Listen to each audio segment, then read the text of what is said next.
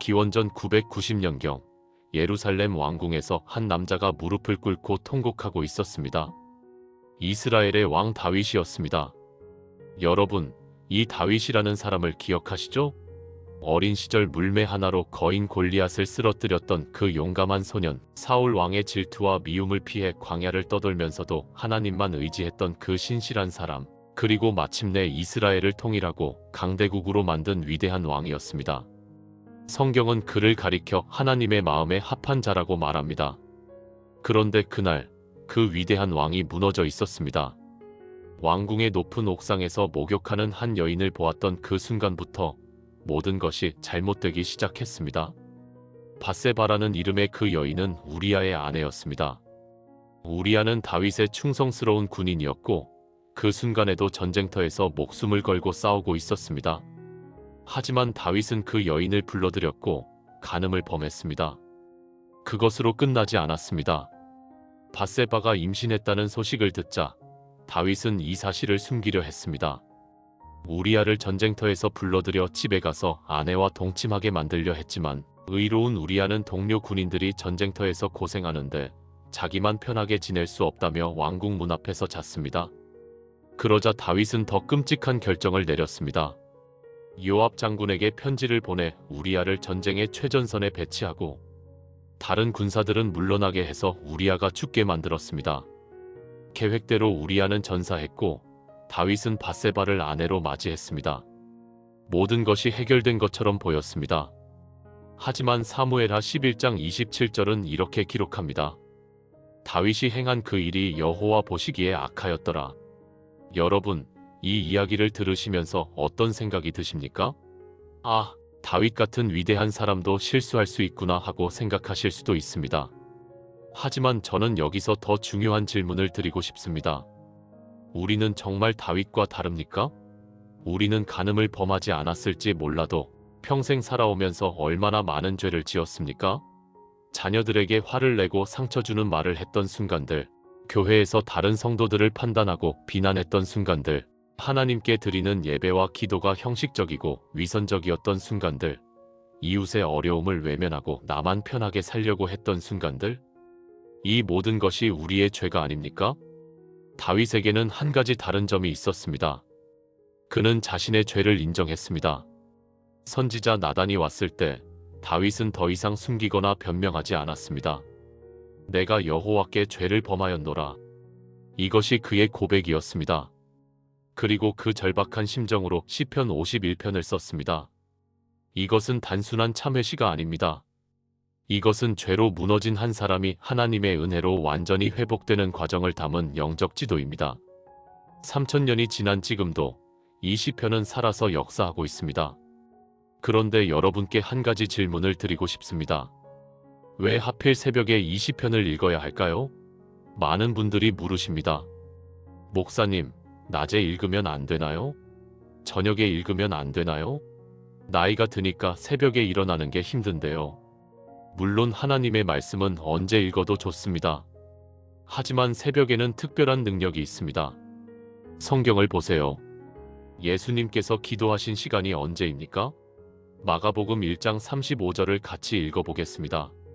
새벽 아직도 밝기 전에 예수께서 일어나 나가 한적한 곳으로 가사 거기서 기도하시더니 예수님께서는 하나님의 아들이십니다. 그분은 기도하지 않아도 되는 분이셨습니다. 그런데도 새벽에 일어나 기도하셨습니다. 왜 그러셨을까요? 우리에게 본을 보이시기 위함이었습니다. 이사야 50장 4절은 더 구체적으로 말합니다. 주 여호와께서 학자들의 혀를 내게 주사 나로 곤고한 자를 말로 어떻게 도와줄 줄을 알게 하시고 아침마다 깨우치시되 나의 귀를 깨우치사 학자들같이 알아듣게 하시도다. 여기서 아침마다라는 표현을 주목하세요. 하나님께서는 아침마다 새벽마다 우리를 깨우쳐 주신다는 것입니다. 이것은 선택이 아니라 하나님의 방법입니다. 시편 5편 3절도 보세요. 여호와여 아침에 주께서 나의 소리를 들으시리니 아침에 내가 주께 기도하고 바라리이다. 다윗도 아침에 기도했습니다. 시편 88편 13절 여호와여 내가 주께 부르짖었사오니 아침에 나의 기도가 주 앞에 달하리이다. 시편 90편 14절 아침에 주의 인자하심이 우리를 만족하게 하사 우리를 생애에 즐겁고 기쁘게 하소서. 성경 전체가 새벽 기도, 아침 기도를 말하고 있습니다. 여러분, 새벽은 세상의 소음이 가장 적은 시간입니다.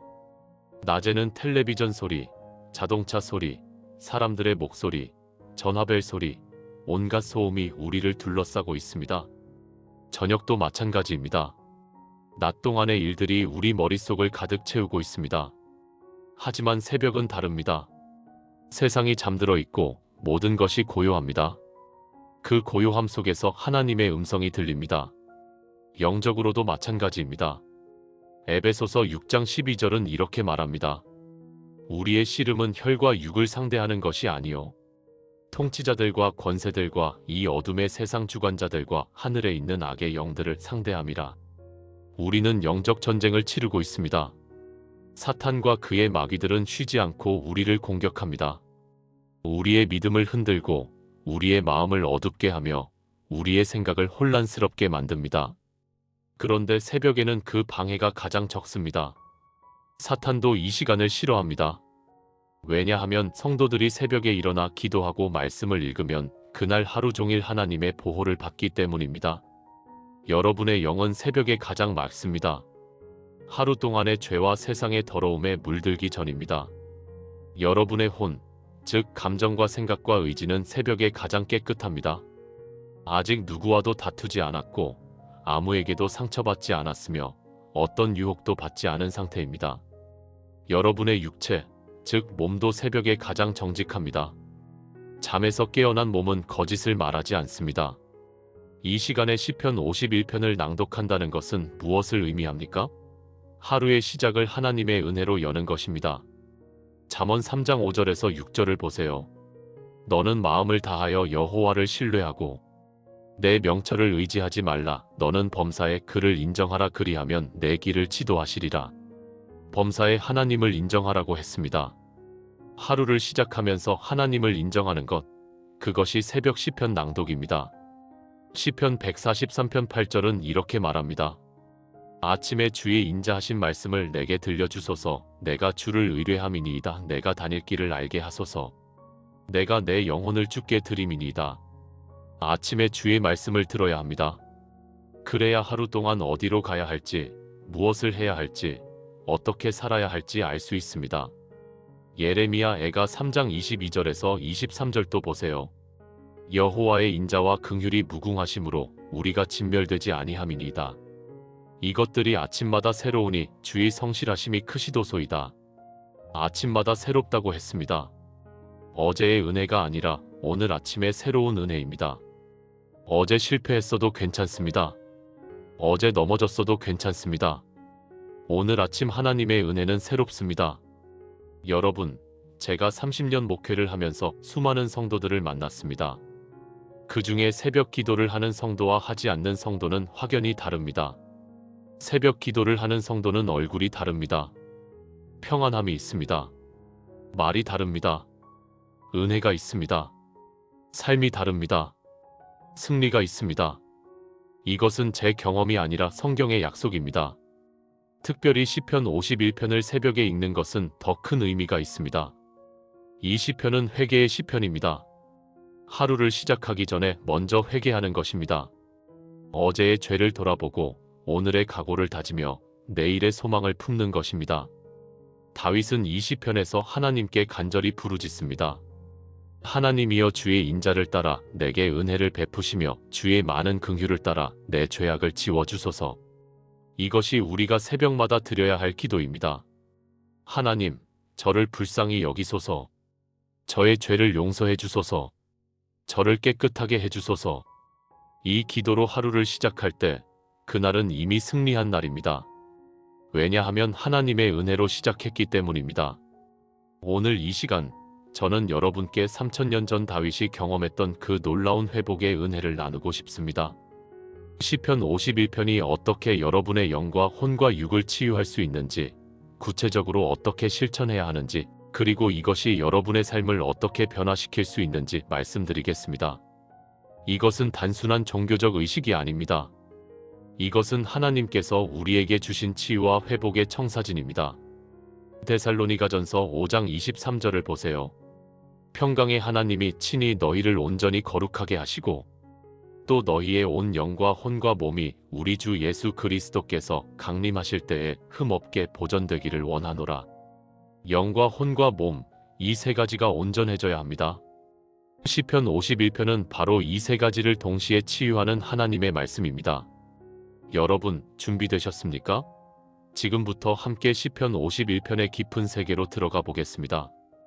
이 여정이 끝날 때 여러분은 완전히 새로운 사람이 되어 있을 것입니다. 3000년 전 다윗이 경험했던 그 놀라운 회복, 그것이 바로 오늘 여러분의 것이 될 것입니다.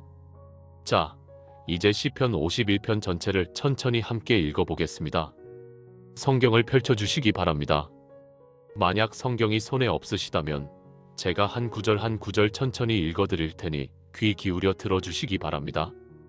이것은 단순히 성경 구절을 읽는 것이 아닙니다. 이것은 여러분의 영혼이 하나님과 만나는 거룩한 순간입니다. 시편 51편 1절입니다. 하나님이여 주의 인자를 따라 내게 은혜를 베푸시며 주의 많은 긍휼을 따라 내 죄악을 지워주소서. 이 첫 구절에서 다윗은 무엇을 구하고 있습니까?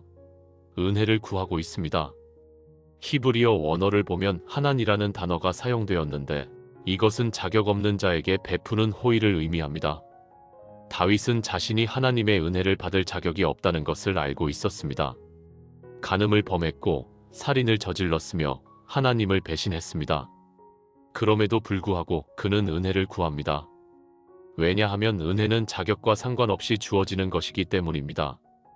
여러분, 이것이 복음의 핵심입니다.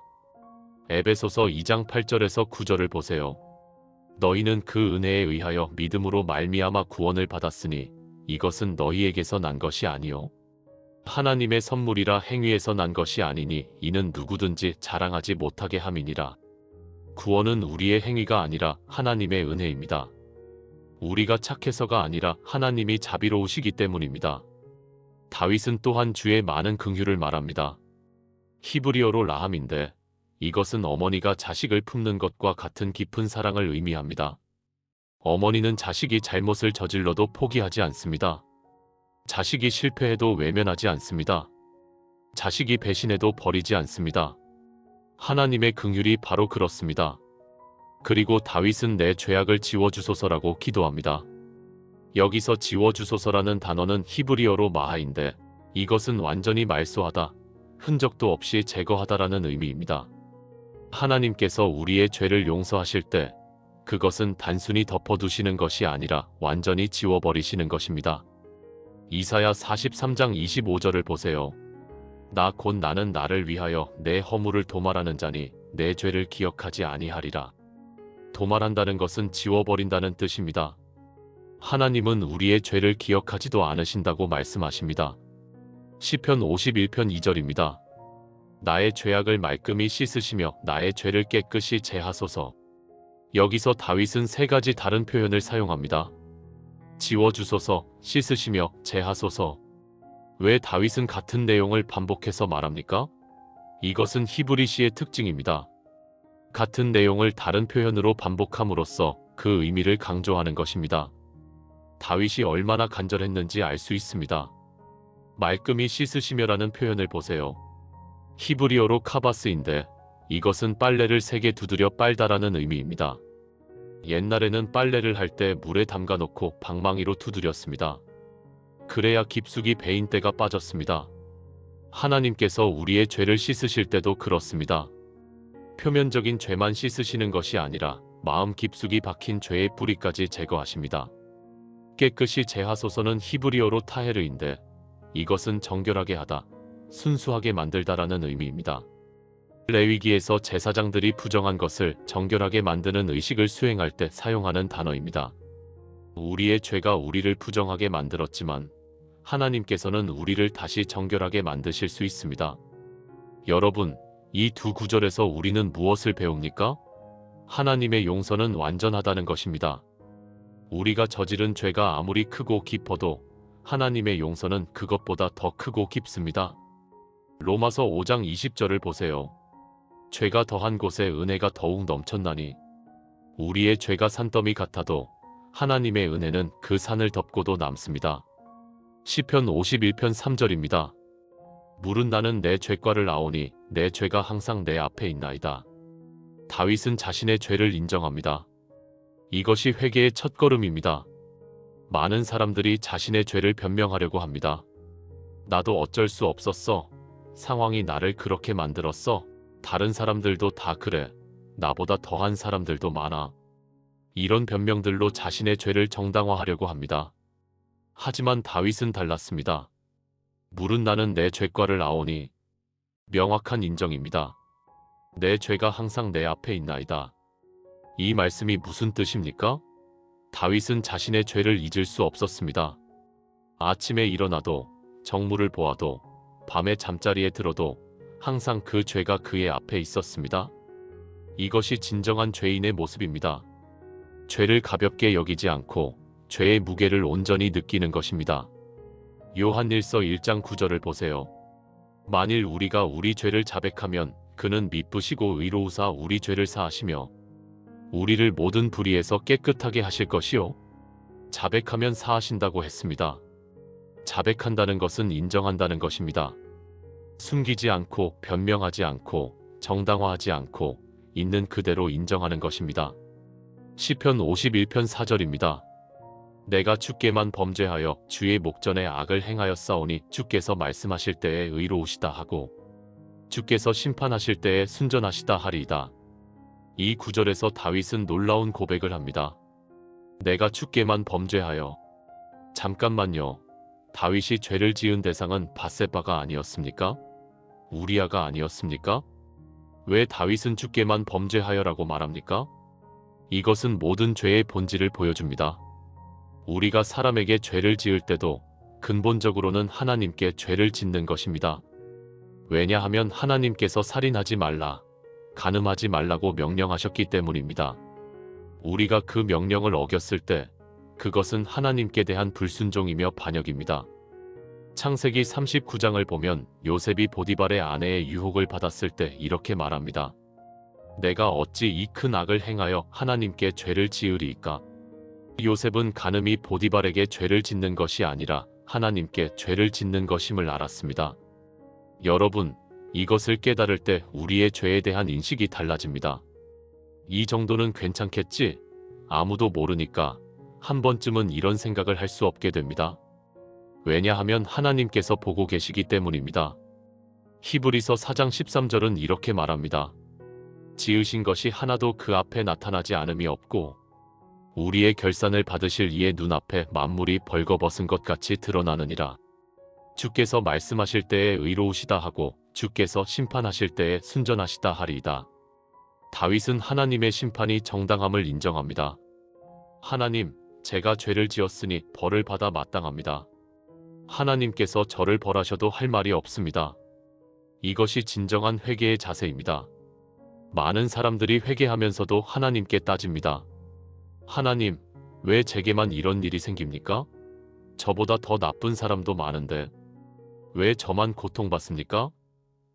이것은 회개가 아닙니다.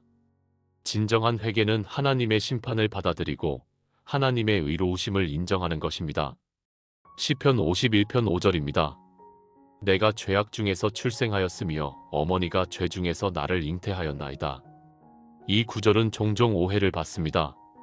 어떤 사람들은 이것을 보고 다윗이 사생하였다거나 다윗의 어머니가 음란했다고 해석합니다. 전혀 그렇지 않습니다. 다윗은 여기서 원죄에 대해 말하고 있습니다. 원죄란 무엇입니까? 아담과 하와가 에덴 동산에서 죄를 지은 이후 모든 인간은 죄인으로 태어난다는 것입니다. 로마서 5장 12절을 보세요. 그러므로 한 사람으로 말미암아 죄가 세상에 들어오고 죄로 말미암아 사망이 들어왔나니 이와 같이 모든 사람이 죄를 지었으므로 사망이 모든 사람에게 이르렀느니라. 아담 한 사람의 범죄로 인해 모든 인류가 죄인이 되었습니다. 다윗은 자신이 죄를 지은 것이 우연이 아니라는 것을 깨달았습니다. 그는 태어날 때부터 이미 죄인이었습니다. 우리도 마찬가지입니다. 우리가 자라면서 죄를 배워서 죄인이 된 것이 아니라 태어날 때부터 이미 죄인이었습니다. 시편 58편 3절도 이것을 말합니다. 악인은 모태에서부터 멀어졌으며 나면서부터 곁길로 나아가 거짓을 말하는도다. 에베소서 2장 3절도 보세요. 전에는 우리도 다 그 가운데서 우리 육체의 욕심을 따라 지내며 육체와 마음에 원하는 것을 하여 다른 이들과 같이 본질상 진노의 자녀이었더니, 여러분, 이것이 왜 중요합니까? 우리가 원죄를 인정할 때 우리는 하나님의 은혜가 절대적으로 필요하다는 것을 깨닫기 때문입니다. 우리는 스스로 의로워질 수 없습니다. 우리는 스스로 구원받을 수 없습니다. 오직 하나님의 은혜로만 가능합니다. 시편 51편 6절입니다. 보소서 주께서는 중심이 진실함을 원하시오니 내 속의 지혜를 알게 하시리이다. 중심이 진실함을 원하시오니, 여기서 중심은 히브리어로 투오트인데 이것은 마음의 가장 깊은 곳, 내면의 은밀한 부분을 의미합니다. 하나님께서는 겉모습을 보시는 것이 아니라 마음을 보십니다. 사무엘상 16장 7절을 기억하세요. 사람은 외모를 보거니와 나 여호와는 중심을 보느니라. 우리는 다른 사람들 앞에서 경건한 척할 수 있습니다. 교회에서 열심히 찬송하고 기도하고 봉사할 수 있습니다. 하지만 우리의 마음속 깊은 곳은 어떻습니까? 그곳에 교만이 있지 않습니까? 시기와 질투가 있지 않습니까? 미움과 원망이 있지 않습니까? 하나님께서는 바로 그것을 보십니다. 예수님께서도 마태복음 23장에서 바리새인들을 책망하시면서 이렇게 말씀하셨습니다. 화 있을진저 외식하는 서기관들과 바리새인들이여 회칠한 무덤 같으니 겉으로는 아름답게 보이나 그 안에는 죽은 사람의 뼈와 모든 더러운 것이 가득하도다. 겉은 깨끗해 보이지만 속은 더럽다는 것입니다. 내 속의 지혜를 알게 하시리이다. 진정한 지혜는 무엇입니까? 잠언 9장 10절이 답을 줍니다. 여호와를 경외하는 것이 지혜의 근본이요 거룩하신 자를 아는 것이 명철이니라. 하나님을 경외하는 것, 하나님을 아는 것, 그것이 지혜입니다. 세상은 다른 것을 지혜라고 말합니다. 돈을 많이 버는 것, 높은 자리에 오르는 것, 명예를 얻는 것, 이런 것들을 지혜라고 합니다. 하지만 성경은 그것을 어리석음이라고 말합니다. 누가복음 12장에서 예수님께서 말씀하신 어리석은 부자의 비유를 기억하세요. 큰 창고를 짓고 재물을 쌓아놓고 내 영혼아 여러 해 쓸 물건을 많이 쌓아두었으니 평안히 쉬고 먹고 마시고 즐거워하자라고 말한 사람에게 하나님께서 뭐라고 하셨습니까? 어리석은 자여 오늘 밤에 내 영혼을 도로 찾으리니 그러면 내 준비한 것이 누구의 것이 되겠느냐? 시편 51편 7절입니다. 우슬초로 나를 정결하게 하소서 내가 정하리이다. 나를 씻어주소서 내가 눈보다 희리이다. 우슬초는 히브리어로 에조브인데 이것은 작은 관목 식물입니다. 구약시대에 정결의식을 행할 때 사용되었습니다. 출애굽기 12장을 보면 이스라엘 백성들이 이집트를 떠나기 전날 밤 유월절 양의 피를 우슬초에 찍어 문설주와 문인방에 발랐습니다. 그 피를 본 죽음의 사자가 그 집을 넘어갔습니다. 레위기 14장에서는 문둥병이 나은 사람을 정결하게 하는 의식에 우슬초를 사용했습니다. 민수기 19장에서는 부정을 씻는 정결수를 만들 때 우슬초를 사용했습니다. 우슬초는 정결과 연결되어 있습니다. 그런데 더 중요한 것이 있습니다. 요한복음 19장 29절을 보세요. 예수님께서 십자가에 달려 계실 때 신 포도주를 우슬초에 적셔 예수님의 입에 대었습니다. 이것은 우연이 아닙니다. 예수님의 피가 우리를 정결하게 하는 것을 상징합니다. 히브리서 9장 13절에서 14절을 보세요. 염소와 황소의 피와 및 암송아지의 죄를 부정한 자에게 뿌려 그 육체를 정결하게 하여 거룩하게 하거든. 하물며 영원하신 성령으로 말미암아 흠없는 자기를 하나님께 드린 그리스도의 피가 어찌 너희 양심을 죽은 행실에서 깨끗하게 하고 살아계신 하나님을 섬기게 하지 못하겠느냐? 예수 그리스도의 피가 우리를 완전히 정결하게 합니다. 나를 씻어주소서 내가 눈보다 희리이다. 이것은 놀라운 선언입니다. 간음하고 살인한 다윗이 어떻게 눈보다 희어질 수 있습니까? 인간의 방법으로는 불가능합니다. 하지만 하나님의 은혜로는 가능합니다. 이사야 1장 18절을 보세요.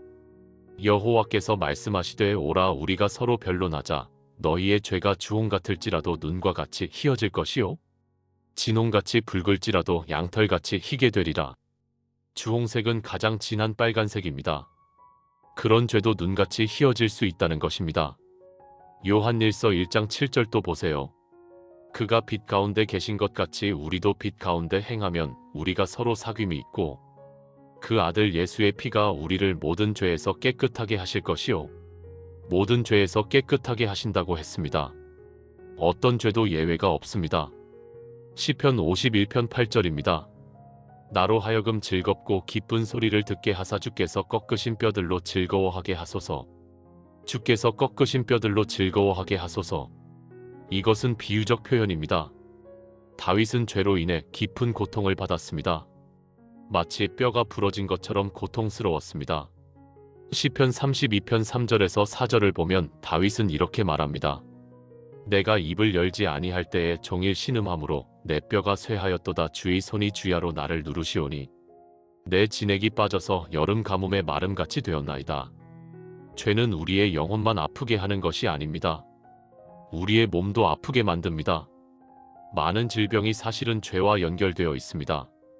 이것은 모든 질병이 죄 때문이라는 뜻이 아닙니다. 하지만 죄책감, 두려움, 불안, 우울, 이런 것들이 우리의 몸에 영향을 미친다는 것은 의학적으로도 증명된 사실입니다. 그런데 다윗은 이제 용서받고 나서 즐겁고 기쁜 소리를 듣게 하소서라고 기도합니다. 하나님의 용서는 슬픔을 기쁨으로 바꿉니다. 애통을 춤으로 바꿉니다. 시편 30편 11절을 보세요. 주께서 나의 슬픔을 변하여 내게 춤이 되게 하시며 나의 베옷을 벗기고 기쁨으로 띠띠우셨나이다. 여러분, 진정한 기쁨은 죄사함에서 옵니다. 돈으로 살 수 있는 기쁨은 일시적입니다. 세상이 주는 즐거움은 금방 사라집니다. 하지만 하나님께서 주시는 기쁨은 영원합니다. 빌립보서 4장 4절은 이렇게 말합니다. 주 안에서 항상 기뻐하라. 내가 다시 말하노니 기뻐하라. 시편 51편 9절입니다. 주의 얼굴을 내 죄에서 돌이키시고 내 모든 죄악을 지워주소서. 주의 얼굴을 내 죄에서 돌이키시고. 이것은 무슨 의미입니까? 하나님께서 우리의 죄를 보지 않으시겠다는 것입니다. 하나님께서 우리를 보실 때 우리의 죄를 보시는 것이 아니라 예수 그리스도의 의를 보신다는 것입니다. 고린도후서 5장 21절을 보세요. 하나님이 죄를 알지도 못하신 이를 우리를 대신하여 죄로 삼으신 것은 우리로 하여금 그 안에서 하나님의 의가 되게 하려 하심이라. 예수님께서 우리의 죄를 대신 지셨습니다. 그래서 하나님께서 우리를 보실 때 우리의 죄가 아니라 예수님의 의를 보십니다. 내 모든 죄악을 지워주소서. 다윗은 계속해서 같은 간구를 반복합니다. 왜 그럴까요? 그만큼 간절하기 때문입니다. 그만큼 철저한 용서를 원하기 때문입니다. 우리도 그래야 합니다. 하나님, 이 죄만 용서해 주세요가 아니라 모든 죄를 용서해 주세요라고 기도해야 합니다. 우리가 기억하는 죄뿐만 아니라 우리가 기억하지 못하는 죄도, 우리가 알고 있는 죄뿐만 아니라 우리가 알지 못하는 죄도 모두 용서해달라고 기도해야 합니다. 시편 19편 12절을 보세요. 누가 자기의 허물을 능히 깨달으리이까? 나를 숨은 허물에서 벗어나게 하소서. 우리는 우리의 모든 죄를 알지 못합니다. 하지만 하나님께서는 아십니다. 그래서 우리는 모든 죄악을 지워주소서라고 기도해야 합니다. 시편 51편 10절입니다. 하나님이여 내 속에 정한 마음을 창조하시고 내 안에 정직한 영을 새롭게 하소서. 이 구절은 시편 51편의 핵심 중 하나입니다.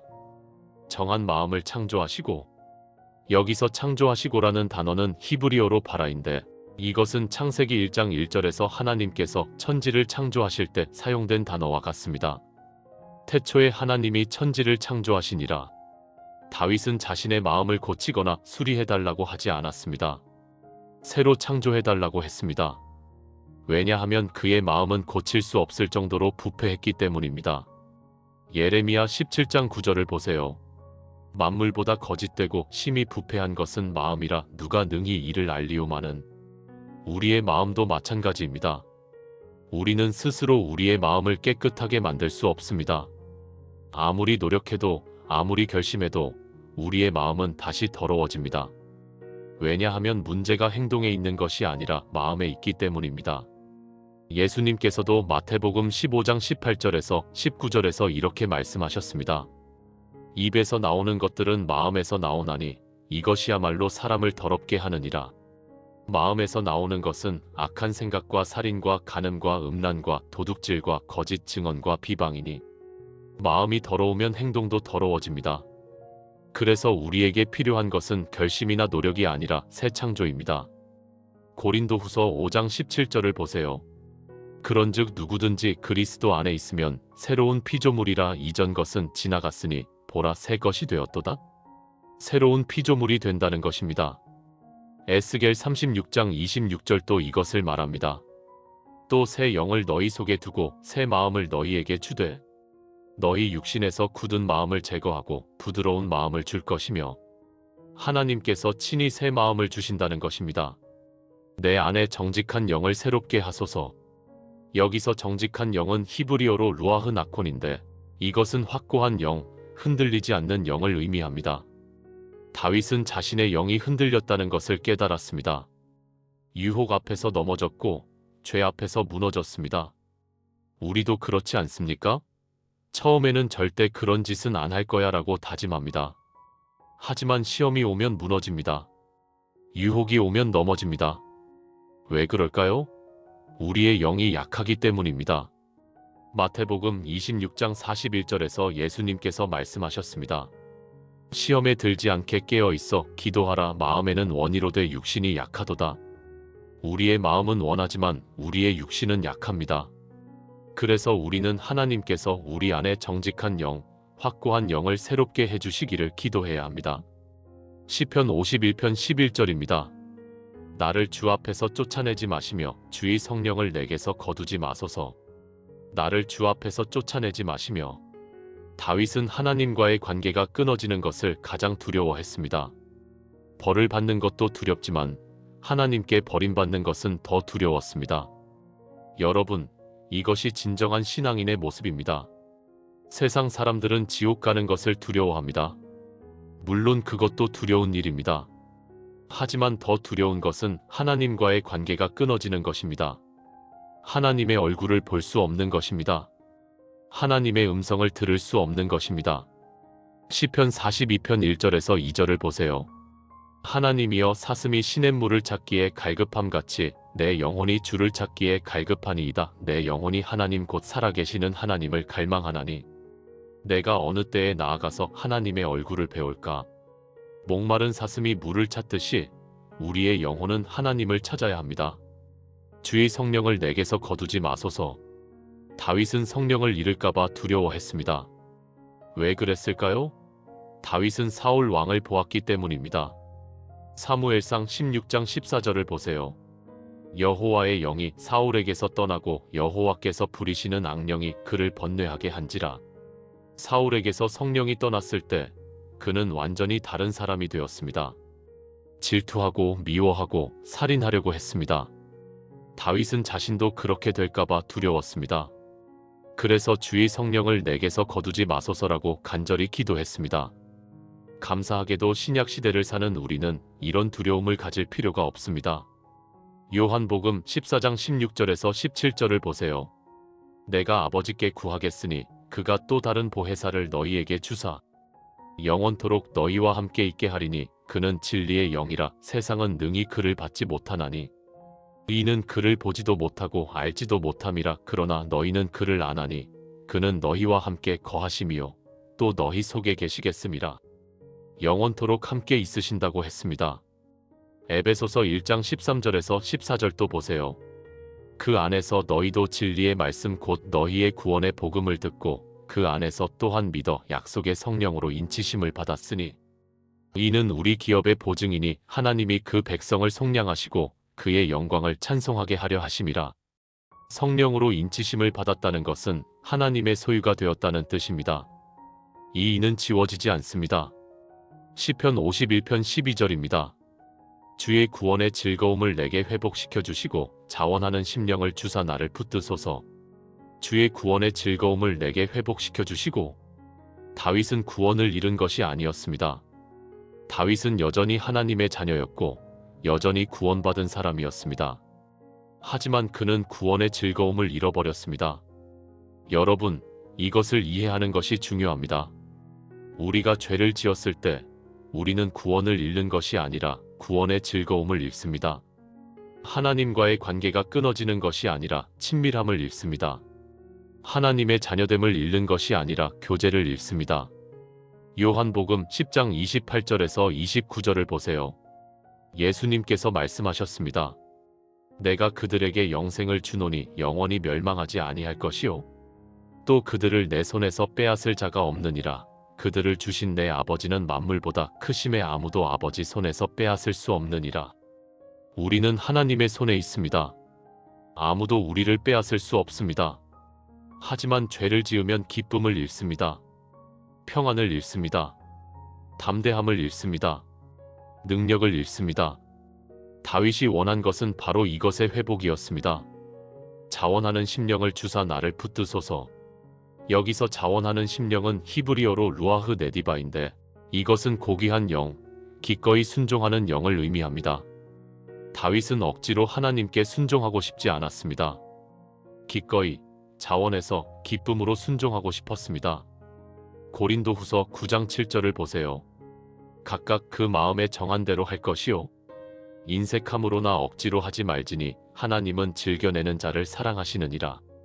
하나님께서는 억지로 하는 순종을 원하지 않으십니다. 즐겨내는 순종, 기쁨으로 하는 순종을 원하십니다. 시편 51편 13절입니다. 그리하면 내가 범죄자에게 주의 도를 가르치리니 죄인들이 주께 돌아오리이다. 이것은 놀라운 선언입니다. 다윗은 자신이 회복되면 다른 사람들을 가르치겠다고 말합니다. 실패한 사람이 다른 사람을 가르칠 수 있습니까? 넘어진 사람이 다른 사람을 일으켜 세울 수 있습니까? 하나님의 은혜 안에서는 가능합니다. 바울 사도를 보세요. 그는 교회를 핍박했던 사람이었습니다. 스데반을 돌로 쳐 죽일 때 그 옆에 있었던 사람이었습니다. 디모데전서 1장 15절에서 바울은 이렇게 말합니다. 미쁘다 모든 사람이 받을 만한 이 말이여. 그리스도 예수께서 죄인을 구원하시려고 세상에 임하셨다 하였도다. 죄인 중에 내가 괴수니라. 죄인 중에 괴수였던 바울이 위대한 사도가 되었습니다. 베드로를 보세요. 그는 예수님을 3번 부인했던 사람이었습니다. 맹세하며 저주하며 나는 그 사람을 알지 못한다고 말했던 사람이었습니다. 하지만 회복된 후 그는 오순절에 강력한 설교를 했고 3,000명이 회개하고 세례를 받았습니다. 여러분, 하나님께서는 실패한 사람을 버리지 않으십니다. 오히려 그들을 회복시켜 더 크게 사용하십니다. 왜냐하면 그들은 은혜가 무엇인지 아는 사람들이기 때문입니다. 그들은 자신의 힘으로는 아무것도 할 수 없다는 것을 아는 사람들이기 때문입니다. 죄인들이 주께 돌아오리이다. 회복된 사람의 간증은 능력이 있습니다. 누가복음 22장 32절에서 예수님께서 베드로에게 말씀하셨습니다. 그러나 내가 너를 위하여 내 믿음이 떨어지지 않기를 기도하였노니 너는 돌이킨 후에 내 형제를 굳게 하라. 돌이킨 후에 형제를 굳게 하라고 하셨습니다. 시편 51편 14절입니다. 하나님이여 나의 구원의 하나님이여 피 흘린 죄에서 나를 건져주소서. 내 혀가 주의 의를 높이 노래하리이다. 피 흘린 죄에서 나를 건져주소서. 다윗은 우리아를 죽인 죄를 고백합니다. 이것은 직접 죽인 것은 아니지만 다윗의 명령으로 우리아가 죽었습니다. 다윗은 이것을 자신의 죄로 인정합니다. 많은 사람들이 자신의 손으로 직접 하지 않았으면 죄가 아니라고 생각합니다. 하지만 성경은 그렇게 말하지 않습니다. 마태복음 5장 21절에서 22절을 보세요. 옛 사람에게 말한 바 살인하지 말라. 누구든지 살인하면 심판을 받게 되리라 하였다는 것을 너희가 들었으나 나는 너희에게 이르노니 형제에게 노하는 자마다 심판을 받게 되고 형제를 대하여 나가라 하는 자는 공회에 잡혀가게 되고 미련한 놈이라 하는 자는 지옥 불에 들어가게 되리라.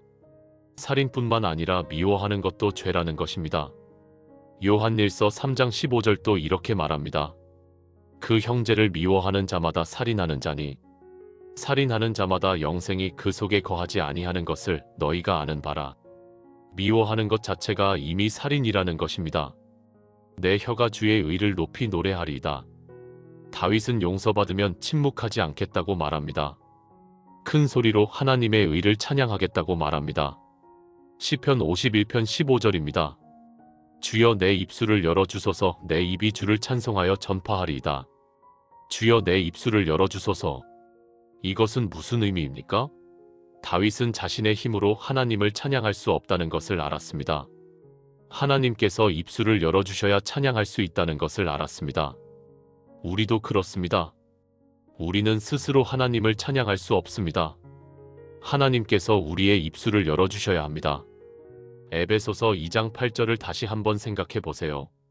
너희는 그 은혜에 의하여 믿음으로 말미암아 구원을 받았으니 이것은 너희에게서 난 것이 아니요 하나님의 선물이라. 구원도 하나님의 선물이고 찬양도 하나님의 선물입니다. 시편 40편 3절을 보세요. 새 노래 곧 우리 하나님께 올릴 찬송을 내 입에 두셨으니 많은 사람이 보고 두려워하여 여호와를 의지하리로다. 하나님께서 찬송을 우리 입에 두신다고 했습니다. 시편 51편 16절입니다. 주께서는 제사를 기뻐하지 아니하시나니 그렇지 아니하면 내가 드렸을 것이라. 주는 번제를 기뻐하지 아니하시나이다. 이것은 매우 중요한 구절입니다. 다윗은 제사로는 죄 문제를 해결할 수 없다는 것을 깨달았습니다. 아무리 많은 양을 드려도 아무리 많은 소를 번제로 드려도 그것으로는 죄가 깨끗해지지 않는다는 것을 알았습니다. 구약시대에는 제사 제도가 있었습니다. 죄를 지으면 제사를 드려야 했습니다. 하지만 히브리서 10장 4절은 이렇게 말합니다. 이는 황소와 염소의 피가 능히 죄를 없이 하지 못함이라. 동물의 피는 인간의 죄를 완전히 제거할 수 없다는 것입니다. 그렇다면 무엇이 필요합니까? 히브리서 10장 10절이 답을 줍니다. 이 뜻을 따라 예수 그리스도의 몸을 단번에 들이심으로 말미암아 우리가 거룩함을 얻었노라. 예수 그리스도의 피만이 우리의 죄를 완전히 씻을 수 있습니다. 사무엘상 15장 22절도 이것을 말합니다. 사무엘이 이르되 여호와께서 번제와 다른 제사를 그의 목소리를 청종하는 것을 좋아하심같이 좋아하시겠나이까. 순종이 제사보다 낫고 듣는 것이 순양의 기름보다 나으니 하나님께서는 제사보다 순종을 원하십니다. 호세아 6장 6절도 보세요. 나는 인애를 원하고 제사를 원하지 아니하며 번제보다 하나님을 아는 것을 원하노라. 제사보다 하나님을 아는 것을 원하신다고 했습니다. 시편 51편 17절입니다. 하나님께서 구하시는 제사는 상한 심령이라. 하나님이여 상하고 통회하는 마음을 주께서 멸시하지 아니하시리이다. 이것이 바로 하나님께서 원하시는 제사입니다. 양이 아닙니다. 소가 아닙니다. 상한 심령입니다. 상하고 통회하는 마음입니다. 상한 심령은 히브리어로 루아흐 니시바르인데 이것은 부서진 영, 깨어진 영을 의미합니다. 교만이 깨어진 것입니다. 자기 의가 부서진 것입니다. 자기 확신이 무너진 것입니다. 이사야 57장 15절을 보세요.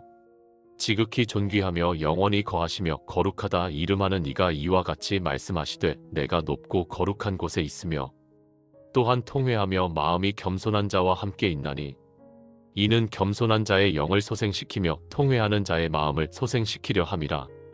하나님께서는 통회하고 겸손한 자와 함께 하신다고 했습니다. 이사야 66장 2절도 보세요. 여호와의 말씀이니라. 내 손이 이 모든 것을 지어서 그들이 생겼느니라. 그러나 내가 눈여겨볼 사람은 오직 겸손하고 심령에 통회하며 내 말을 듣고 떠는 자니라. 하나님께서 눈여겨보시는 사람은 겸손하고 통회하는 사람입니다. 하나님이여 상하고 통회하는 마음을 주께서 멸시하지 아니하시리이다. 다윗은 확신합니다. 하나님께서 이런 마음을 거절하지 않으실 것이라고 확신합니다. 여러분, 이것이 복음입니다. 하나님께서는 우리의 교만을 거절하시지만 우리의 겸손을 받으십니다. 우리의 자기 의를 거절하시지만 우리의 통회를 받으십니다. 우리의 위선을 거절하시지만 우리의 진실을 받으십니다. 야고보서 4장 6절을 보세요. 그러나 더욱 큰 은혜를 주시나니 그러므로 일러스되 하나님은 교만한 자를 물리치시고 겸손한 자에게 은혜를 주신다 하였느니라. 교만한 자는 물리치시지만 겸손한 자에게는 은혜를 주십니다. 시편 51편 18절입니다. 주의 은택으로 시온의 선을 행하시고 예루살렘 성을 쌓으소서. 다윗은 이제 개인적인 회개에서 나아가 공동체를 위해 기도합니다. 자신만 회복되는 것이 아니라 나라 전체가 회복되기를 기도합니다. 이것이 진정한 회개의 모습입니다. 진정으로 회개한 사람은 자신만 생각하지 않습니다. 다른 사람들도 생각합니다. 교회를 생각합니다. 나라를 생각합니다. 에스라 9장을 보면 에스라가 이스라엘 백성들의 죄를 보고 통곡하며 기도하는 장면이 나옵니다. 에스라 자신이 그 죄를 지은 것은 아니었지만 그는 자신의 죄처럼 여기며 회개했습니다. 느헤미야 1장도 보면 느헤미야가 예루살렘 성이 무너진 것을 듣고 금식하며 기도합니다. 이스라엘 자손이 주께 범한 죄를 자복하오니 나와 내 아버지의 집도 범죄하였나이다. 다니엘 9장도 보세요. 다니엘이 기도할 때 우리가 범죄하여 악을 행하여 반역하여라고 말합니다. 다니엘 자신은 경건한 사람이었지만 백성들의 죄를 자신의 죄로 여겼습니다. 이것이 중보기도입니다. 이것이 진정한 신앙인의 모습입니다. 시편 51편 19절 마지막 구절입니다. 그때에 주께서 의로운 제사와 번제와 온전한 번제를 기뻐하시리니 그때에 그들이 수소를 주의 제단에 드리리이다. 그때에라는 표현을 주목하세요. 어느 때입니까? 마음이 상하고 통회할 때입니다. 그때 하나님께서는 제사를 받으십니다. 16절에서는 제사를 기뻐하지 않으신다고 했는데 19절에서는 기뻐하신다고 합니다. 모순입니까? 아닙니다. 하나님께서 거절하시는 제사는 형식적인 제사, 마음 없이 드리는 제사, 죄를 회개하지 않고 드리는 제사입니다. 하지만 하나님께서 받으시는 제사는 상한 심령으로 드리는 제사, 진심으로 드리는 제사, 회개하는 마음으로 드리는 제사입니다. 시편 50편 23절을 보세요. 감사로 제사를 드리는 자가 나를 영화롭게 하나니 그의 행위를 옳게 하는 자에게 내가 하나님의 구원을 보이리라. 감사로 드리는 제사를 하나님께서 받으십니다.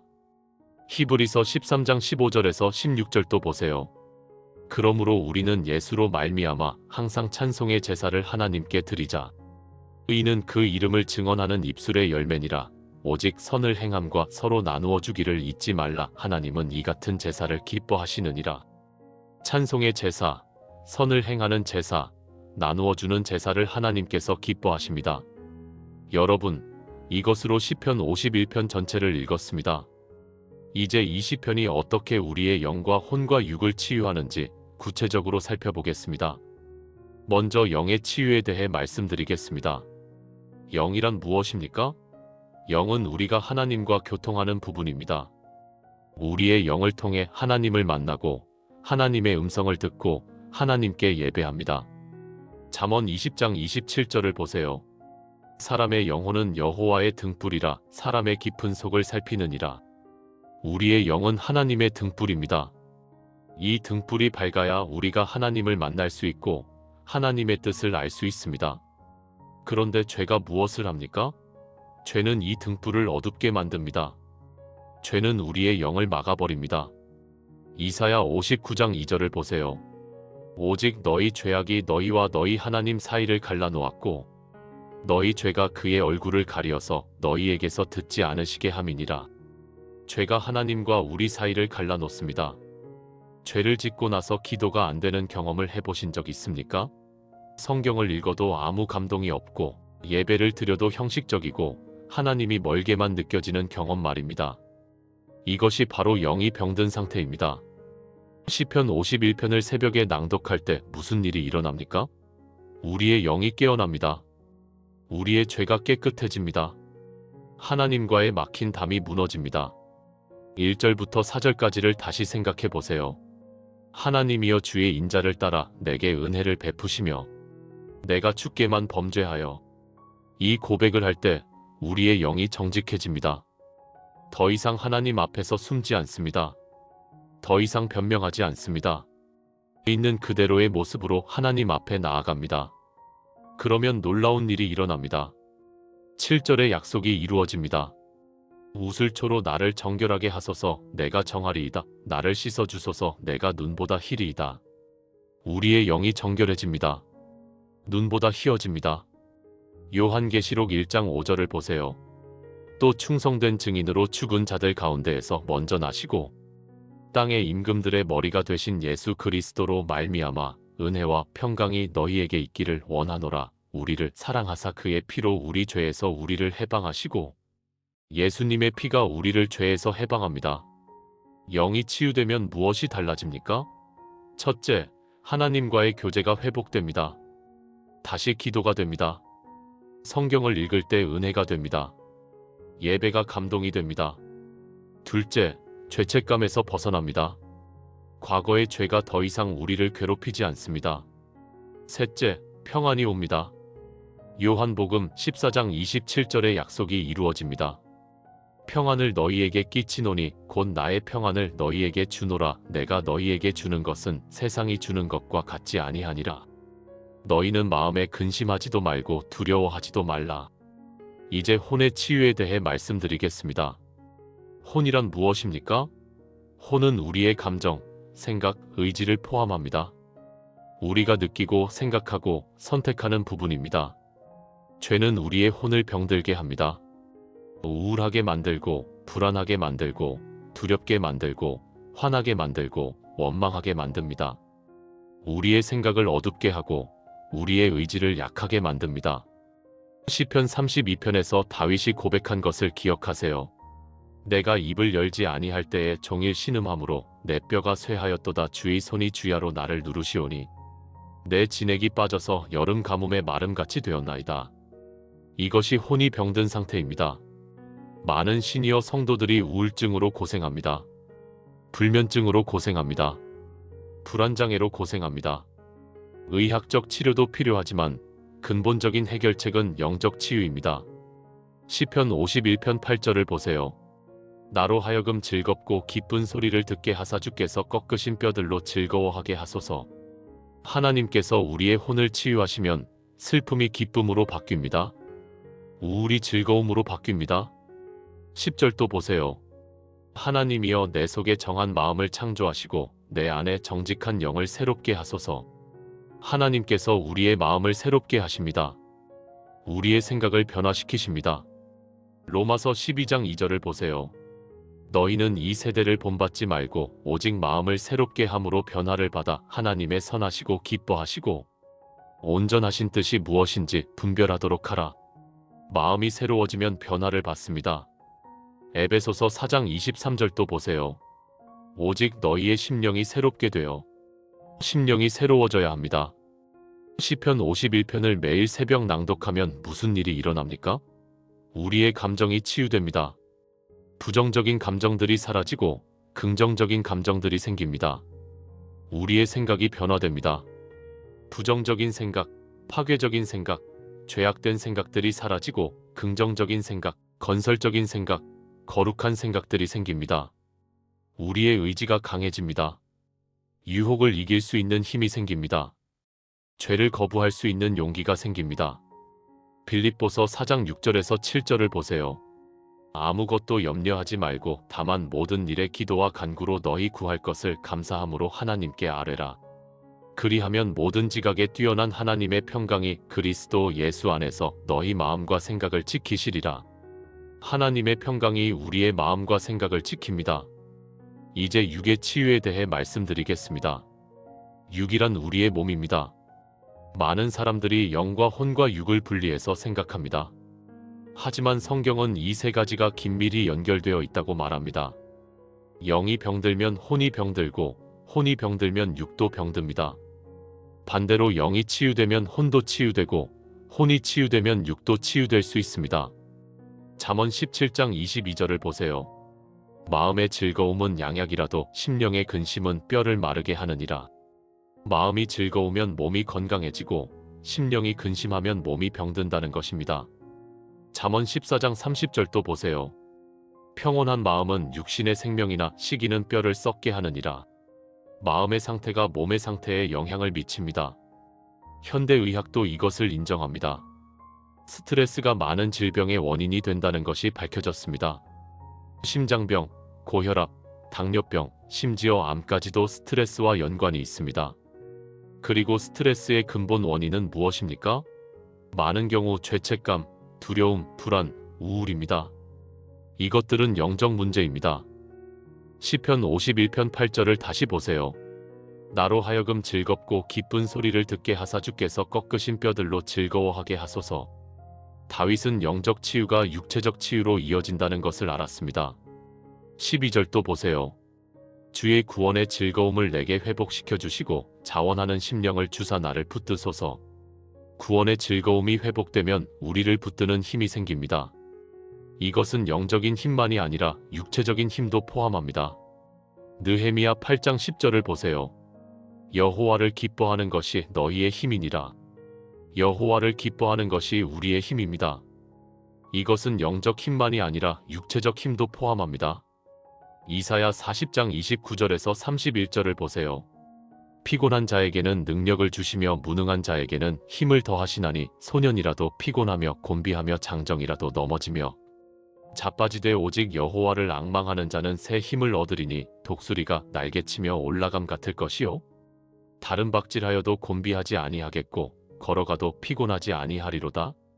하나님을 앙망하는 자는 새 힘을 얻습니다.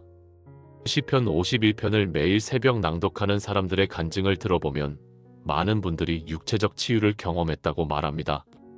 불면증이 나았습니다. 두통이 사라졌습니다. 소화불량이 개선되었습니다. 혈압이 정상으로 돌아왔습니다. 당뇨 수치가 좋아졌습니다. 이것이 마술은 아닙니다.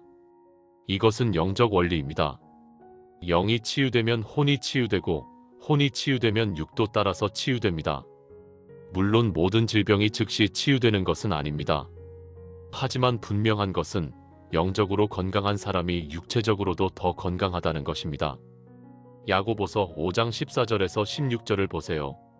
너희 중에 병든 자가 있느냐? 그는 교회의 장로들을 청할 것이요 그들은 주의 이름으로 기름을 바르며 그를 위하여 기도할지니라. 믿음의 기도는 병든 자를 구원하리니 주께서 그를 일으키시리라. 혹시 죄를 범하였을지라도 사하심을 받으리라. 그러므로 너희 죄를 서로 고백하며 병이 낫기를 위하여 서로 기도하라. 의인의 간구는 역사하는 힘이 큼이니라. 죄를 고백하고 기도하면 병이 낫는다고 말합니다. 시편 103편 3절도 보세요. 그가 내 모든 죄악을 사하시며 내 모든 병을 고치시며 하나님께서는 죄를 사하실 뿐만 아니라 병도 고치십니다. 출애굽기 15장 26절에서 하나님께서는 이렇게 말씀하셨습니다. 이르시되 너희가 너희 하나님 나 여호와의 말을 들어 순종하고 내가 보기에 의를 행하며 내 계명에 귀를 기울이며 내 모든 규례를 지키면 내가 애굽 사람에게 내린 모든 질병 중 하나도 너희에게 내리지 아니하리니 나는 너희를 치료하는 여호와임이라. 하나님께서는 자신을 너희를 치료하는 여호와라고 소개하십니다. 시편 147편 3절도 보세요. 상심한 자들을 고치시며 그들의 상처를 싸매시는도다. 하나님께서는 상심한 자들을 고치시고 상처를 싸매십니다. 여러분, 이것이 시편 51편의 능력입니다. 이것이 매일 새벽 20편을 낭독해야 하는 이유입니다. 우리의 영과 혼과 육이 모두 치유를 받기 때문입니다. 이제 구체적으로 어떻게 실천해야 하는지 말씀드리겠습니다. 3단계 실천 루틴을 제시하겠습니다. 1단계 새벽 준비. 새벽 기도는 전날 밤에 시작됩니다. 잠자리에 들기 전에 다음과 같이 준비하세요. 첫째, 일찍 주무세요. 새벽 4시나 5시에 일어나려면 밤 10시나 11시에는 잠자리에 들어야 합니다. 늦게까지 텔레비전을 보거나 스마트폰을 하면 새벽에 일어나기 힘듭니다. 시편 127편 2절을 보세요. 여호와께서 그의 사랑하시는 자에게는 잠을 주시는도다. 하나님께서는 우리에게 잠을 주십니다. 잠도 하나님의 선물입니다. 충분히 주무셔야 합니다. 전도서 5장 12절도 보세요. 노동자는 먹는 것이 많든지 적든지 잠을 달게 자거니와 부자는 그 부요함 때문에 자지 못하느니라. 단순한 삶을 살 때 잠을 달게 잘 수 있습니다. 둘째, 잠들기 전에 짧은 기도를 하세요. 하나님, 내일 새벽 저를 깨워주시고 시편 51편을 낭독할 수 있게 해주세요. 예수님의 이름으로 기도합니다. 아멘. 이렇게 간단히 기도하세요. 시편 4편 8절을 보세요. 내가 평안히 눕고 자기도 하리니 나를 안전히 살게 하시는 이는 오직 여호와이시니이다. 하나님을 의지하며 평안히 주무세요. 셋째, 성경과 노트를 침대 옆에 준비해 두세요. 새벽에 일어나서 찾느라 시간을 낭비하지 마세요. 미리 준비해 두면 더 쉽게 시작할 수 있습니다. 넷째, 알람을 설정하세요. 처음에는 의지만으로 일어나기 힘들 수 있습니다. 알람의 도움을 받으세요. 하지만 며칠 지나면 알람 없이도 저절로 눈이 떠질 것입니다. 우리 몸에는 생체 리듬이 있기 때문입니다. 2단계 새벽 낭독. 알람이 울리면 즉시 일어나세요.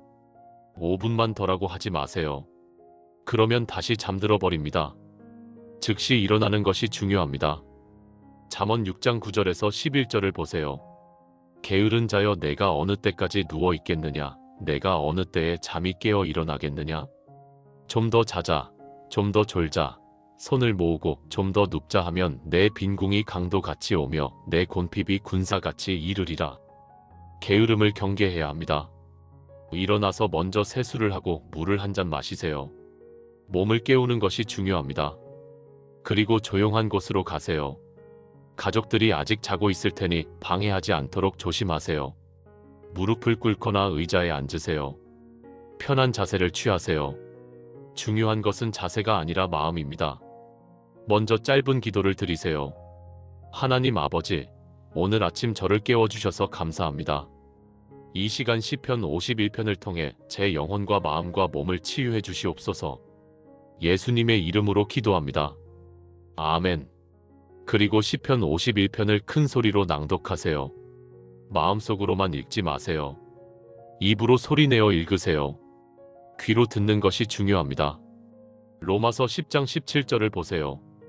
그러므로 믿음은 들음에서 나며 들음은 그리스도의 말씀으로 말미암았느니라. 들음에서 믿음이 나옵니다. 우리 자신의 목소리로 하나님의 말씀을 듣는 것이 중요합니다. 천천히 읽으세요. 서두르지 마세요. 한 구절 한 구절 음미하면서 읽으세요. 특별히 마음에 와닿는 구절이 있으면 멈추고 묵상하세요. 처음에는 그저 읽기만 할 것입니다. 하지만 며칠 지나면 그 내용이 여러분의 고백이 될 것입니다. 하나님이여 주의 인자를 따라 내게 은혜를 베푸시며라고 읽을 때 그것이 단순히 다윗의 기도가 아니라 여러분 자신의 기도가 될 것입니다.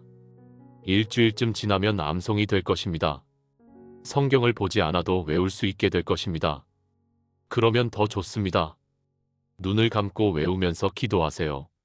시편 51편을 다 읽은 후에 자신의 죄를 구체적으로 고백하세요. 하나님, 어제 저는 남편에게 화를 냈습니다. 용서해 주세요. 이웃을 판단했습니다. 용서해 주세요. 기도를 형식적으로 했습니다. 용서해 주세요. 이렇게 구체적으로 고백하세요. 요한일서 1장 9절의 약속을 기억하세요. 만일 우리가 우리 죄를 자백하면 그는 미쁘시고 의로우사 우리 죄를 사하시며 우리를 모든 불의에서 깨끗하게 하실 것이요. 고백한 후에 하나님의 용서를 선포하세요. 하나님께서 저의 죄를 용서하셨습니다. 저는 이제 깨끗합니다. 저는 눈보다 희게 되었습니다. 감사합니다, 하나님. 이렇게 선포하세요. 로마서 8장 1절을 선포하세요. 그러므로 이제 그리스도 예수 안에 있는 자에게는 결코 정죄함이 없나니 정죄함이 없습니다. 우리는 자유합니다. 그리고 하루를 하나님께 드리세요. 하나님, 오늘 하루를 주님께 드립니다. 제 입술을 통제해 주시고 제 생각을 인도해 주시고 제 행동을 지도해 주세요. 오늘 하루 주님의 영광을 위해 살게 해주세요. 예수님의 이름으로 기도합니다. 아멘. 이 모든 과정이 20분에서 30분 정도 걸립니다. 길지 않습니다. 하지만 이 20-30분이 여러분의 하루를 완전히 바꿀 것입니다. 3단계 하루 적용. 새벽에 시편 51편을 낭독한 것으로 끝이 아닙니다. 이제 하루 동안 그것을 살아내야 합니다. 첫째, 낮 동안 여러분이 유혹을 받거나 죄를 짓고 싶은 마음이 들 때 아침에 낭독한 시편 51편을 기억하세요. 특히 4절을 기억하세요. 내가 주께만 범죄하여 주의 목전에 악을 행하였사오니 이 죄는 사람에게 짓는 것이 아니라 하나님께 짓는 것이라는 것을 기억하세요. 고린도전서 10장 13절을 외우세요. 사람이 감당할 시험 밖에는 너희가 당한 것이 없나니 오직 하나님은 미쁘사 너희가 감당하지 못할 시험 당함을 허락하지 아니하시고 시험 당할 즈음에 또한 피할 길을 내사 너희로 능히 감당하게 하시느니라. 하나님께서 피할 길을 내십니다. 둘째, 낮 동안 누군가와 갈등이 생기거나 화가 날 때 시편 51편 10절을 기억하세요. 하나님이여 내 속에 정한 마음을 창조하시고 내 안에 정직한 영을 새롭게 하소서. 잠시 멈추고 기도하세요.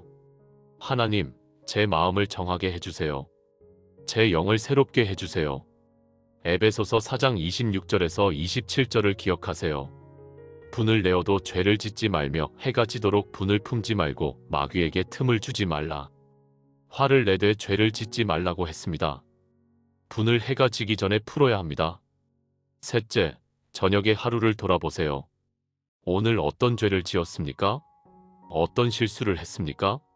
누구에게 상처를 주었습니까? 다시 한번 고백하세요. 그리고 필요하다면 사과하세요. 마태복음 5장 23절에서 24절을 보세요. 그러므로 예물을 제단에 드리려다가 거기서 내 형제에게 원망들을 만한 일이 있는 것이 생각나거든. 예물을 제단 앞에 두고 먼저 가서 형제와 화목하고 그 후에 와서 예물을 드리라. 하나님께 예배드리기 전에 먼저 형제와 화목해야 합니다. 야고보서 5장 16절도 기억하세요. 그러므로 너희 죄를 서로 고백하며 병이 낫기를 위하여 서로 기도하라. 의인의 간구는 역사하는 힘이 큼이니라. 필요하다면 다른 사람에게도 고백하고 용서를 구하세요. 넷째, 잠들기 전에 하나님께 감사하세요. 오늘 하루 지켜주신 것, 인도해주신 것, 용서해주신 것을 감사하세요. 데살로니가전서 5장 18절을 보세요. 범사에 감사하라. 이것이 그리스도 예수 안에서 너희를 향하신 하나님의 뜻이니라. 범사에 감사하는 것이 하나님의 뜻입니다. 빌립보서 4장 6절도 보세요. 아무것도 염려하지 말고 다만 모든 일에 기도와 간구로 너희 구할 것을 감사함으로 하나님께 아뢰라. 감사함으로 기도해야 합니다. 이렇게 하루를 마무리하고 다음 날 아침 다시 시편 51편으로 시작하세요. 매일 반복하세요. 이것이 습관이 될 때까지 반복하세요. 이제 실제 간증들을 나누겠습니다. 제가 목회하면서 만난 성도들 중에 시편 51편 새벽 낭독으로 변화된 분들의 이야기입니다. 박 집사님은 65세 여성 성도입니다. 남편과 이혼하고 혼자 사시는데 심한 우울증으로 고생하고 계셨습니다. 약을 먹어도 큰 효과가 없었고 잠도 제대로 못 주무셨습니다. 교회는 나오셨지만 기쁨이 없으셨습니다. 어느 날 제가 박 집사님께 시편 51편 새벽 낭독을 권했습니다. 처음에는 목사님, 저는 새벽에 일어날 힘도 없어요라고 하셨습니다. 하지만 제가 계속 격려했고 결국 시작하셨습니다. 첫 주는 힘들었다고 하십니다. 알람을 3개나 맞춰놓고 겨우 일어났다고 합니다. 시편을 읽어도 아무 감동이 없었다고 합니다. 하지만 포기하지 않으셨습니다. 둘째 주가 되자 조금씩 달라지기 시작했습니다. 하나님이여 주의 인자를 따라 내게 은혜를 베푸시며라는 구절을 읽을 때 눈물이 났다고 합니다.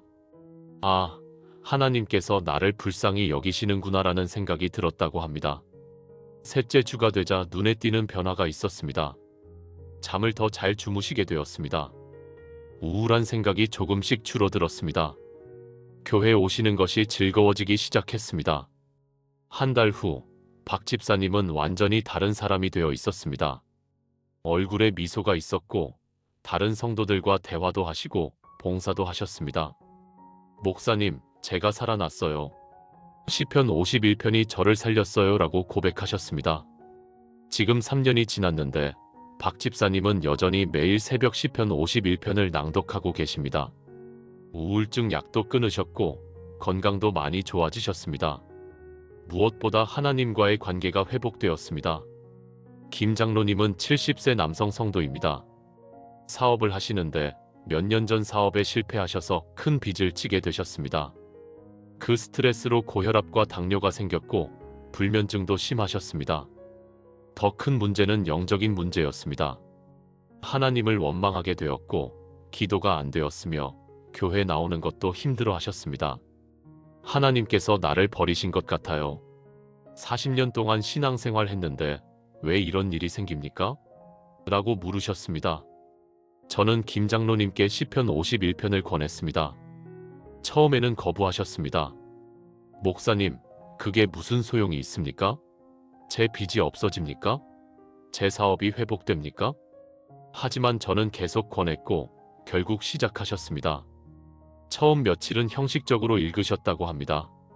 하지만 일주일쯤 지나자 4절 말씀이 가슴에 꽂혔다고 합니다. 내가 주께만 범죄하여 주의 목전에 악을 행하였사오니 내가 범죄했구나. 내가 하나님보다 사업을 더 사랑했구나. 내가 하나님보다 돈을 더 의지했구나라는 깨달음이 왔다고 합니다. 그날부터 김 장로님의 기도가 달라졌습니다. 더 이상 하나님께 왜? 라고 묻지 않으셨습니다. 대신 용서해 주세요 라고 기도하셨습니다. 하나님, 제가 교만했습니다. 제가 우상 숭배했습니다. 용서해 주세요. 놀라운 일이 일어났습니다. 빚 문제가 해결되기 시작했습니다. 어떤 분이 김 장로님의 사정을 듣고 도와주셨습니다. 새로운 사업 기회도 생겼습니다. 무엇보다 김 장로님의 마음에 평안이 왔습니다. 목사님, 빚이 다 갚아지지 않았어도 저는 이미 회복되었습니다. 하나님과의 관계가 회복되었으니까요. 그것이 더 중요합니다라고 고백하셨습니다. 지금 김 장로님은 건강도 많이 좋아지셨습니다. 혈압도 정상이 되었고 당뇨 수치도 많이 내려갔습니다. 의사가 놀랄 정도라고 합니다.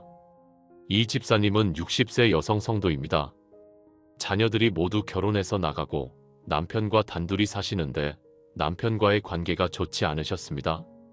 40년을 함께 살았지만 서로 대화가 없고 같은 집에 살지만 남남처럼 지내셨습니다. 이 집사님은 이것이 남편 탓이라고 생각하셨습니다. 남편이 변해야 해요. 남편이 먼저 사과해야 해요. 하지만 남편은 변하지 않았고 관계는 점점 더 나빠졌습니다. 제가 이 집사님께 시편 51편을 권했을 때 처음에는 이해하지 못하셨습니다. 목사님, 제가 뭘 잘못했다고 회개의 시편을 읽으라고 하십니까? 잘못한 사람은 남편이에요. 하지만 제가 그냥 한번 읽어보세요 라고 권했고 시작하셨습니다. 처음 일주일은 별 감동이 없으셨습니다. 하지만 둘째 주에 17절 말씀이 마음에 들어왔다고 합니다. 하나님께서 구하시는 제사는 상한 심령이라 하나님이여. 상하고 통회하는 마음을 주께서 멸시하지 아니하시리이다. 상한 심령, 통회하는 마음. 나에게는 그것이 없었구나. 나는 항상 내가 옳다고만 생각했구나. 남편만 탓했구나라는 깨달음이 왔다고 합니다. 그날 이후 이 집사님의 태도가 변하기 시작했습니다. 남편에게 부드럽게 대하기 시작했습니다. 남편의 말을 들어주기 시작했습니다. 남편을 위해 기도하기 시작했습니다. 처음에는 남편이 의아해했다고 합니다. 무슨 일 있어요? 왜 갑자기 이래요? 하지만 이 집사님이 계속 그렇게 하자 남편도 조금씩 변하기 시작했습니다. 말을 걸기 시작했고 함께 산책도 하게 되었고 대화가 늘어났습니다. 6개월 후 이 집사님 부부는 완전히 달라져 있었습니다. 함께 교회에 나오시고 함께 기도하시고 진정한 부부가 되셨습니다. 목사님, 시편 51편이 우리 부부를 살렸어요. 40년 동안 이렇게 행복한 적이 없었어요 라고 고백하셨습니다. 최 권사님은 68세 여성 성도입니다. 암 진단을 받으셔서 수술을 하고 항암 치료를 받고 계셨습니다. 육체적 고통도 컸지만 정신적 고통이 더 크셨습니다. 내가 죽는 것은 아닐까? 고통 속에서 죽는 것은 아닐까? 하는 두려움이 항상 있으셨습니다. 저는 최 권사님께 시편 51편을 권했습니다. 특별히 8절 말씀을 강조했습니다. 나로 하여금 즐겁고 기쁜 소리를 듣게 하사 주께서 꺾으신 뼈들로 즐거워하게 하소서. 하나님께서 꺾으신 뼈도 즐겁게 만드실 수 있다는 말씀입니다. 최 권사님은 매일 새벽 시편 51편을 읽기 시작했습니다. 처음에는 힘들었습니다. 몸이 아파서 일어나기도 힘들었고 목소리를 내는 것도 힘들었습니다. 하지만 포기하지 않으셨습니다. 며칠 지나자 신기한 일이 일어났습니다. 통증이 조금씩 줄어들기 시작했습니다. 아니, 정확히 말하면 통증이 있어도 견딜 수 있는 힘이 생겼습니다. 두려움도 사라지기 시작했습니다. 최 권사님은 이렇게 고백하셨습니다. 목사님, 저는 이제 죽음이 두렵지 않습니다. 물론 더 살고 싶습니다. 하지만 만약 하나님께서 저를 부르신다면 기쁘게 갈 수 있습니다. 왜냐하면 저는 이미 용서받았으니까요. 제 죄가 깨끗해졌으니까요. 놀랍게도 최 권사님의 암 수치가 좋아지기 시작했습니다. 의사들도 놀라워했습니다. 이런 경우는 드물어요. 뭔가 특별한 치료를 받으셨나요? 최 권사님은 웃으며 대답하셨습니다. 네, 매일 새벽 시편 51편이라는 특별한 치료를 받고 있습니다. 지금 2년이 지났는데 최 권사님은 완전히 회복되셨습니다. 암이 사라졌고 건강을 되찾으셨습니다. 최 권사님은 지금도 매일 새벽 시편 51편을 읽고 계십니다. 이것은 제 생명줄이에요. 이것 없이는 살 수 없어요라고 말씀하십니다. 여러분, 이런 간증들이 특별한 사람들의 이야기라고 생각하십니까? 아닙니다. 이것은 누구에게나 일어날 수 있는 일입니다.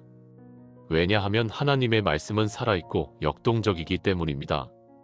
히브리서 4장 12절을 보세요. 하나님의 말씀은 살아있고 활력이 있어 좌우의 날선 어떤 검보다도 예리하여 혼과 영과 및 관절과 골수를 찔러 쪼개기까지 하며 또 마음의 생각과 뜻을 판단하나니 하나님의 말씀은 살아있습니다. 이사야 55장 11절도 보세요. 내 입에서 나가는 말도 이와 같이 헛되이 내게로 되돌아오지 아니하고 나의 기뻐하는 뜻을 이루며 내가 보낸 일에 형통함이니라. 하나님의 말씀은 반드시 이루어집니다. 예레미야 23장 29절도 보세요. 여호와의 말씀이니라 내 말이 불같지 아니하냐 바위를 쳐서 부스러뜨리는 방망이 같지 아니하냐. 하나님의 말씀은 불과 같고 방망이와 같습니다. 우리의 딱딱한 마음을 부드럽게 만들고 우리의 강팍한 영을 깨뜨립니다. 그러므로 여러분도 오늘부터 시작하세요. 내일 새벽부터 시작하세요. 아니, 오늘 저녁부터 준비하세요. 마지막으로 몇 가지 실제적인 조언을 드리겠습니다.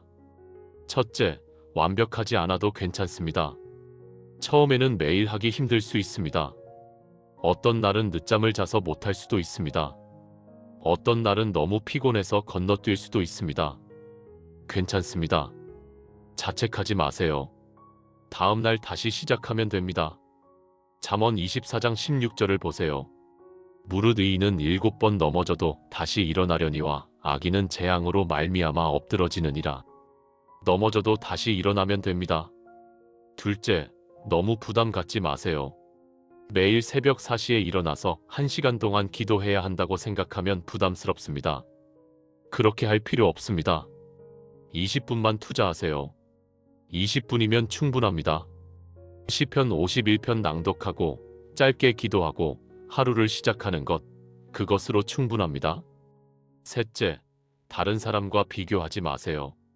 어떤 사람은 새벽 3시에 일어납니다. 어떤 사람은 2시간씩 기도합니다.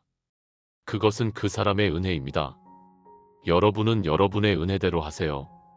중요한 것은 시간의 길이가 아니라 마음의 진실함입니다. 넷째, 가족에게 강요하지 마세요.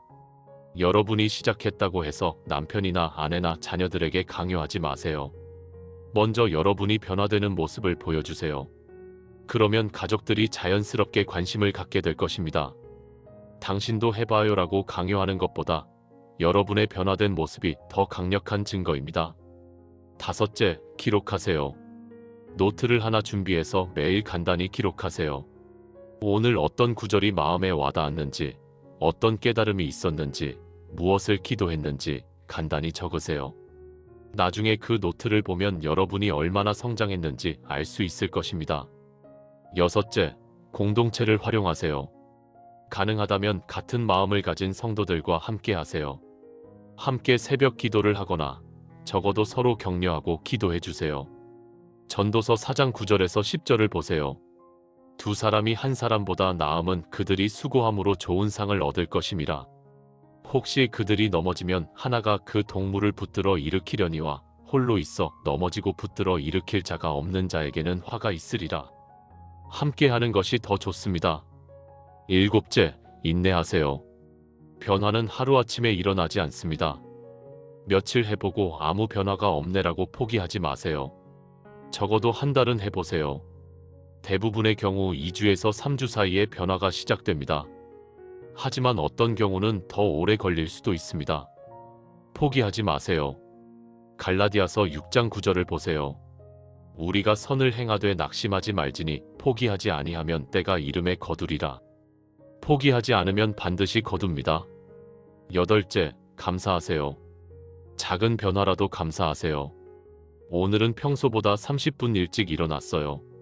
감사하세요. 오늘은 시편을 읽으면서 은혜를 받았어요. 감사하세요. 오늘은 화를 덜 냈어요. 감사하세요. 작은 것에 감사할 때 큰 것이 옵니다. 데살로니가전서 5장 16절에서 18절을 보세요. 항상 기뻐하라, 쉬지 말고 기도하라, 범사에 감사하라. 이것이 그리스도 예수 안에서 너희를 향하신 하나님의 뜻이니라. 항상 기뻐하고 쉬지 말고 기도하고 범사에 감사하는 것이 하나님의 뜻입니다. 아홉째, 말씀을 실천하세요. 시편 51편을 읽는 것만으로는 부족합니다. 그것을 실천해야 합니다. 용서를 구해야 할 사람이 있다면 용서를 구하세요. 화해해야 할 관계가 있다면 화해하세요. 고쳐야 할 습관이 있다면 고치세요. 야고보서 1장 22절에서 25절을 보세요. 너희는 말씀을 행하는 자가 되고 듣기만 하여 자신을 속이는 자가 되지 말라. 누구든지 말씀을 듣고 행하지 아니하면 그는 거울로 자기의 생긴 얼굴을 보는 사람과 같아서 제 자신을 보고 가서 그 모습이 어떠했는지를 곧 잊어버리거니와 자유롭게 하는 온전한 율법을 들여다보고 있는 자는 듣고 잊어버리는 자가 아니요 실천하는 자니 이 사람은 그 행하는 일에 복을 받으리라. 말씀을 행하는 자가 복을 받습니다. 열째, 주님을 바라보세요. 궁극적으로 우리의 소망은 우리 자신에게 있지 않고 주님께 있습니다. 우리의 노력이 아니라 주님의 은혜입니다. 우리의 힘이 아니라 주님의 능력입니다. 히브리서 12장 2절을 보세요. 믿음의 주요 또 온전하게 하시는 이인 예수를 바라보자. 그는 그 앞에 있는 기쁨을 위하여 십자가를 참으사 부끄러움을 개의치 아니하시더니 하나님 보좌 우편에 앉으셨느니라. 예수님을 바라보세요. 사랑하는 여러분, 이제 마무리하겠습니다. 오늘 우리는 시편 51편의 놀라운 능력에 대해 배웠습니다. 이 시편이 어떻게 3000년 전 다윗의 회개의 기도였는지, 그리고 어떻게 오늘날 우리의 회개의 기도가 될 수 있는지 보았습니다. 우리는 시편 51편이 어떻게 우리의 영과 혼과 육을 치유하는지 배웠습니다. 영의 치유, 혼의 치유, 육의 치유, 이 세 가지가 모두 연결되어 있다는 것을 배웠습니다. 우리는 구체적으로 어떻게 실천해야 하는지 배웠습니다. 전날 밤 준비, 새벽 낭독, 하루 적용, 이 3단계 루틴을 배웠습니다. 우리는 실제 간증들을 들었습니다. 우울증이 치유되고, 사업 실패에서 회복되고, 부부 관계가 회복되고, 암에서 치유된 이야기들을 들었습니다. 이제 결정은 여러분의 몫입니다. 여러분은 오늘 이 말씀을 듣고 그냥 지나갈 수도 있습니다. 좋은 말씀 들었네 하고 잊어버릴 수도 있습니다.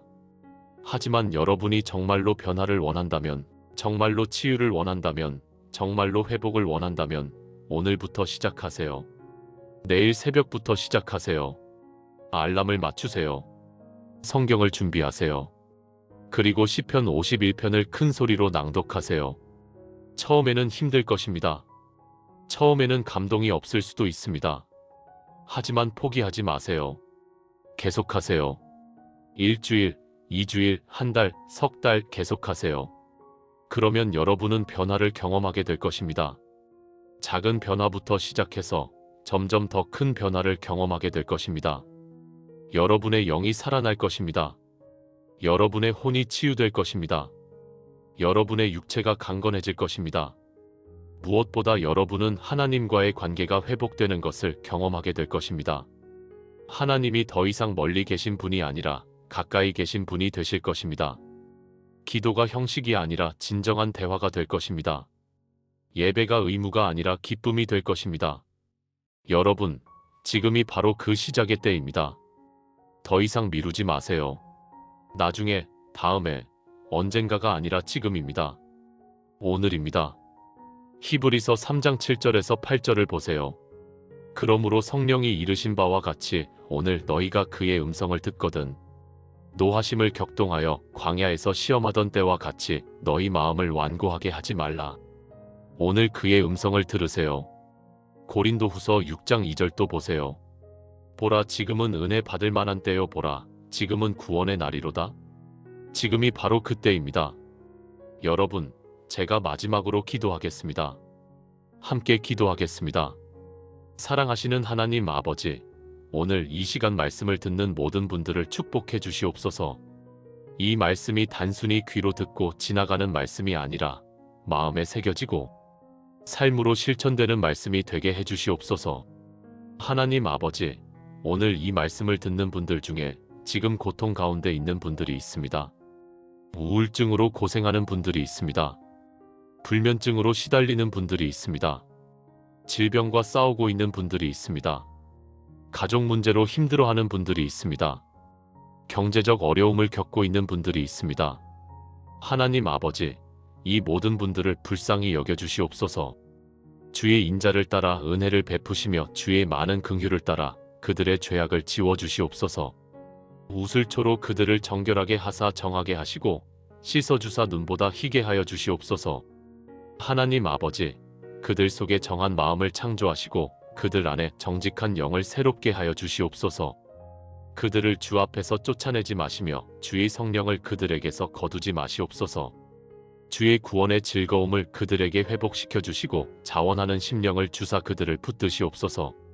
하나님 아버지, 내일 새벽부터 이 말씀을 실천하는 모든 분들에게 특별한 은혜를 베풀어 주시옵소서. 그들이 새벽에 일어날 수 있도록 도와주시옵소서.